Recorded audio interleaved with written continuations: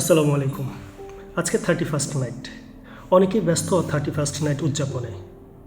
আপনি একটা জিনিস খেয়াল করলে দেখবেন, বাংলাদেশ কিংবা দুবাইয়ের মতো মুসলিম কান্ট্রিগুলোতে যারা 31st নাইট উদযাপন করছেন তাদের বেশিরভাগই কিন্তু মুসলমান, এবং তারা জেনে না জেনে, বুঝে না বুঝেই কিন্তু এই 31st নাইট উদযাপন করছেন।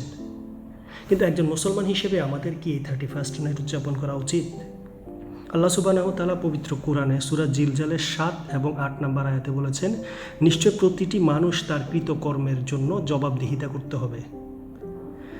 একবার ভাবুন, আপনি গত বছর কি কি কাজ করেছেন, কতটা ভালো কাজ করেছেন, কতটুকু খারাপ কাজ করেছেন, কতটুকু নামাজ আদায় করেছেন, কতটুকু নামাজ কাজা করেছেন, সব বিষয়ে কিন্তু আপনাকে জবাবদিহিতা করতেই হবে। নতুন বছর মানে শুধুমাত্র একটা ক্যালেন্ডার না, নতুন বছর মানে নিজেকে বদলানোর, নিজেকে গোছানোর, নিজের পরিকল্পনাগুলো বাস্তবায়ন করার আর একটা নতুন অপরচুনিটি, নতুন সুযোগ। আতশবাজি, গান, নাচ এসব দিয়ে নতুন বছর শুরু না করে আমাদের উচিত নতুন বছরে 2 রাকাত নফল নামাজ পড়ে আল্লাহ তাআলার কাছে তওবা করে নতুনভাবে জীবনটা শুরু করা।